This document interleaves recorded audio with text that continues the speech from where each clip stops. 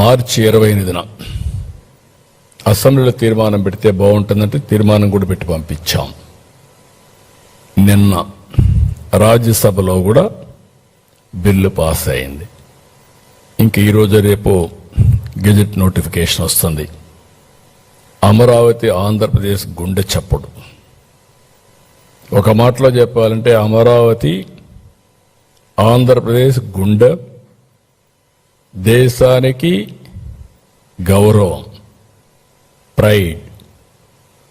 2005 మన్మోహన్ సింగ్ అమెరికాకి వెళ్ళాడు.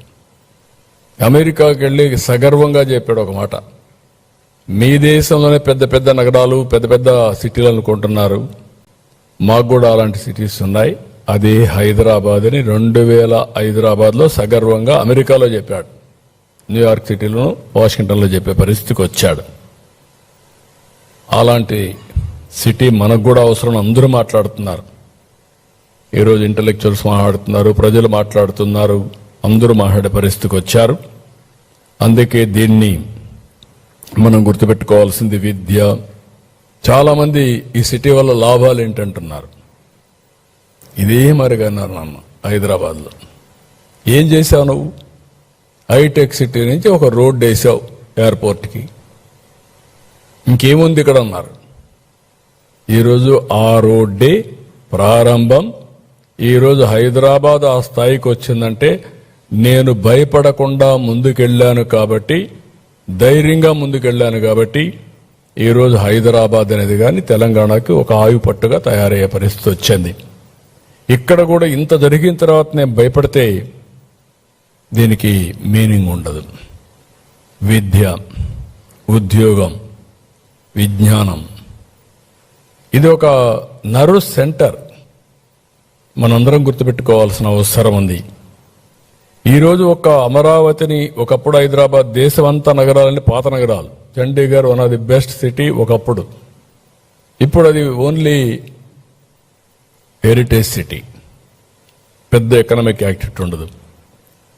ఇటీవల హైదరాబాద్ ఇది బెస్ట్ సిటీ, అది ప్రజెంట్.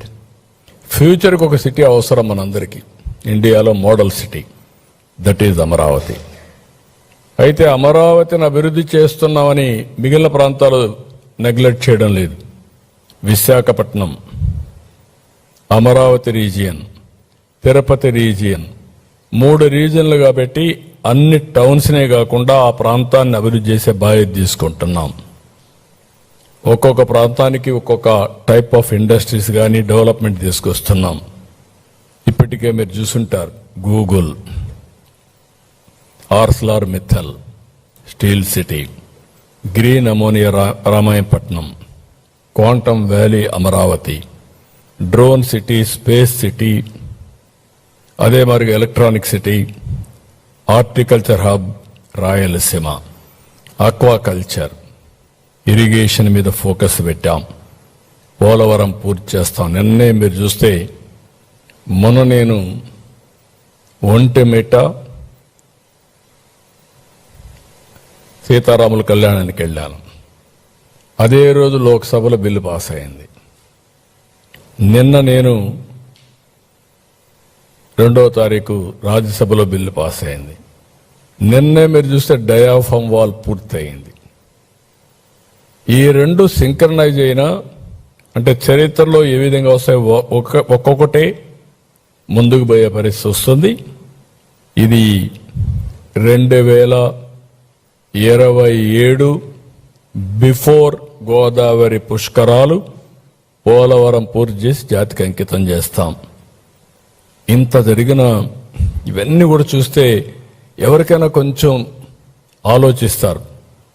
కానీ వైసీపీకి మాత్రం భగవంతుడు ఆ బుద్ధి ఇవ్వలేదు, జ్ఞానం ఇవ్వలేదు. ఏ విధంగా అభివర్ణించాలని కూడా అర్థం కావడం లేదు. ఇంకా విషయాన్ని దింపుతున్నారు, అహంకారాన్ని ప్రదర్శిస్తున్నారు. పార్లమెంట్లో 2 సభల్లో చట్టబద్ధత దక్కితే తట్టుకోలేకపోతున్నారు. అందరూ దేశమంతా ఒకటై ఓటేసి అమరావతిని నిలబెడితే ఇతను మాత్రం దాన్ని సహించలేక ఓరవలేకపోతున్నారు.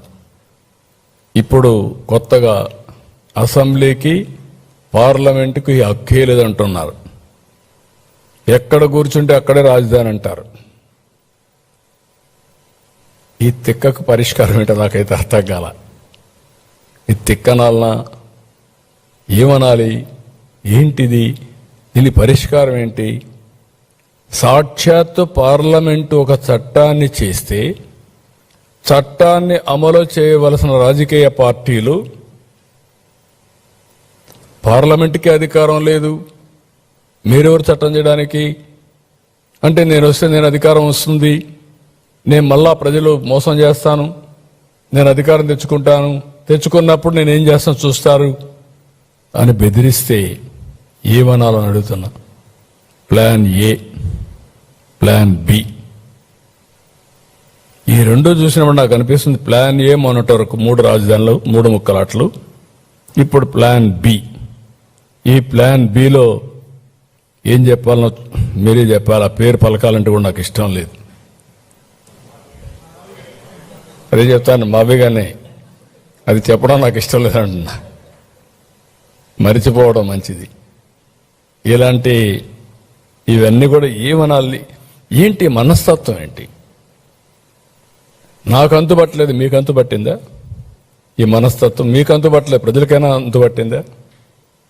ఏంటి ప్రవర్తన ఏంటి? ఇలాంటి వాళ్ళు రాజకీయం చేయడం ఏంటి? మనందరం కలిసి ఏ విధంగా ముందుకు పోతాం? నాకైతే ఒకప్పుడు అందరూ అంటారు సైకో అంటారు, లేకపోతే ఇతనికి రకరకాలుగా మాట్లాడతాను. నేను ఎన్ని మాట్లాడదలుచుకోలేదు.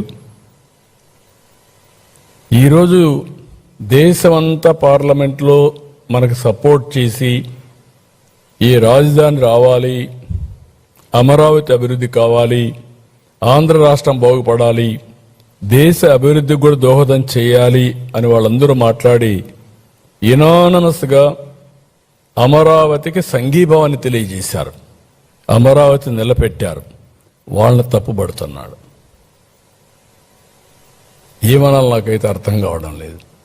అంటే వాళ్ళంతా ఏమీ తెలియని వాళ్ళు, ఈయనొక్కడే తెలివైన వాడు.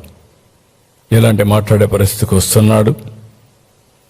కాబట్టి మనందరం కూడా గుర్తుపెట్టుకోవాల్సింది, ఇలాంటి చూస్తే ఇంత విషం, ఇంత కుట్ర, ఇంత నేరాలు ఘోరాలు చేసి మళ్ళీ ఎదురుదాడి చేయడం, ధైర్యంగా ఫేస్ చేయడం, ఇవన్నీ చూసినప్పుడు చాలా బాధేస్తుంది. ఈ రాష్ట్రానికి ఇది ఎందుకు ఇలాంటి తెలుగు జాతి చాలా సమస్యలు ఫేస్ చేశాం, 1-2 కాదు. మొన్నటి వరకు ఉనికి లేని పరిస్థితి, ఇప్పుడు మన వాళ్లే ఉనికి లేకుండా చేయాలనే విషయం కక్కడం, ఇవన్నీ చాలా. ఇంకొక పక్కన డిజైన్ ఉంది ఇంట్లో, బెదిరిస్తే పెట్టుబడులు రావని. ఇది కూడా చాలా నీచం. ఎప్పుడు కూడా మీరు ఏమి చేసినా ఈ ప్రభుత్వం ఫర్మ్గా ఉంటాం, ఎక్కడ తగ్గే పరిస్థితి ఉండదు. ప్రజాస్వామ్యంగా ఎవరు చెప్పినా వింటాం, అప్రజాస్వామ్యంగా మాట్లాడితే మాత్రం స్టబర్న్గా ప్రజాహితం కోసం ముందుకు పోవడం తప్ప ఇంకోటి లేదు. నేను ఒకటే గుర్తుపెట్టుకోవాలి, మనందరం చరిత్ర ఎప్పుడు కూడా రాస్తూ ఉంటుంది, నెగటివ్గా పాజిటివ్గా.